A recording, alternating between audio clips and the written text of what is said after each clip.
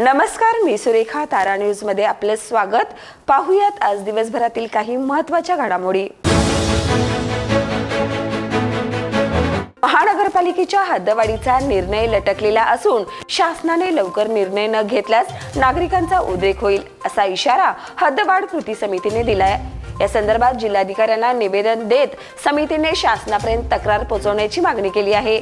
निर्णय न झाल्यास तीव्र आंदोलन छेडण्याचा इशारा ही समितीने दिलाय.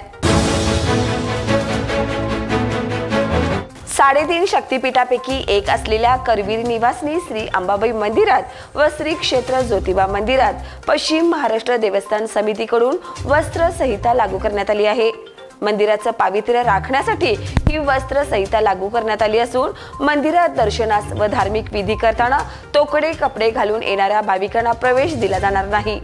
हा निर्णय स्त्री व पुरुष दोघांनाही लागू करण्यात आलाय.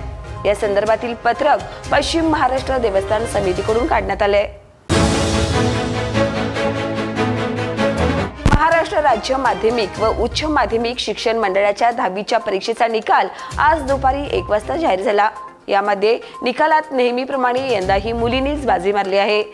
राज्यात कोकणी विभागाचा सर्वाधिक 98.82% निकाल लागलाय, तर सर्वात कमी नागपूर विभागाचा 90.78% निकाल लागलाय.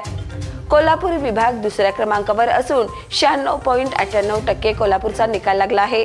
कॉपीमुक्त अभियानास उत्तम प्रतिसाद मिळाला असल्याचं कोल्हापूर विभागीय सचिव सुभाष चौगले यांनी आज पत्रकार परिषदेत सांगितलं. मलकापूर आगाराच्या कोल्हापूर मलकापूर एसटी बसच्या चालकाला पोलीस दाम्पत्याकडून मारहाण करण्यात आल्याचा व्हिडिओ सध्या व्हायरल झालाय. ओव्हरटेक करण्याच्या वादातून कोल्हापूर रत्नागिरी रोडवरील बोरपाढे ते नावली दरम्यान ही घटना घडली आहे. दरम्यान या प्रकरणी संबंधित पोलीस कार चालक आसिफ मोहम्मद कलाईकार आणि त्यांची पत्नी हबीब आसिफ कलाईकार यांच्या विरोधात कोडोली पोलीस ठाण्यात गुन्हा नोंद झाला आहे.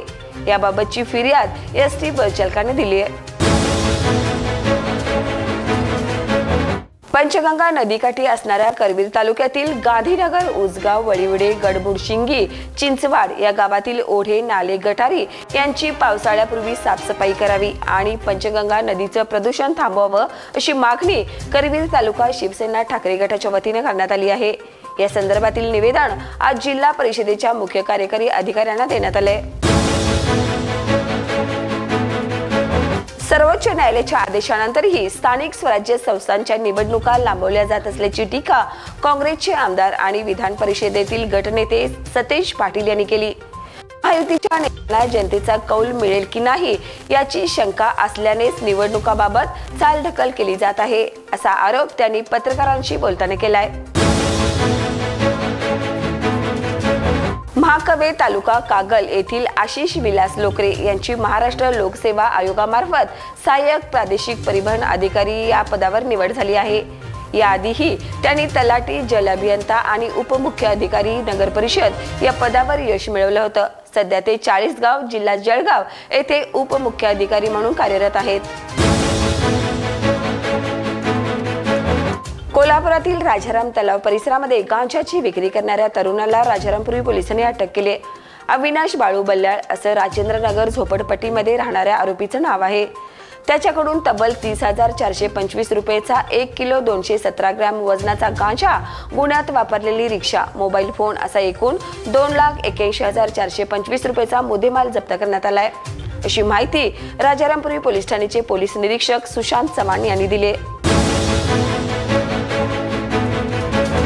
रुकडी येथील ॲडव्होकेट अमित कुमार नानासाहेब भोसले सरकार यांनी मुख्यमंत्री देवेंद्र फडणवीस यांना निवेदन सादर करत राष्ट्रपुरुषांच्या कार्यविचारांचे संरक्षण व्हावे यासाठी स्वतंत्र राष्ट्रीय लोककल्याणकारी व्यक्ती कार्यविचारक संरक्षण कायदा तयार करण्याची मागणी केली आहे. तसेच रायगड किल्ल्यावर उभारण्यात आलेल्या वाघ्या कुत्र्याच्या प्रतिकृतीस कोणताही ऐतिहासिक पुरावा नसल्याने ती तात्काळ हटवावी, अन्यथा राष्ट्र शिवप्रेमी कार्यकर्ते ती स्वतः हटवतील असा इशाराही त्यांनी दिलाय.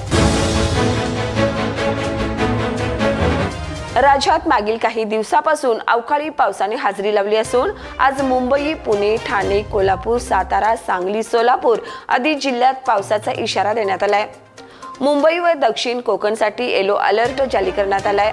दरम्यान अंदमान निकोबारमध्ये नैऋत्य मोसमी पाऊस दाखल झाला असून 27 मे रोजी केरळमध्ये आणि त्यानंतर 6 जूनच्या आसपास महाराष्ट्रात मान्सून दाखल होण्याची शक्यता आहे. तर या होत्या आज दिवसभरातील महत्त्वाच्या घडामोडी. उद्या पुन्हा भेटूया नवीन बातमीपत्रासह. तोपर्यंत पाहत रहा तारा न्यूज.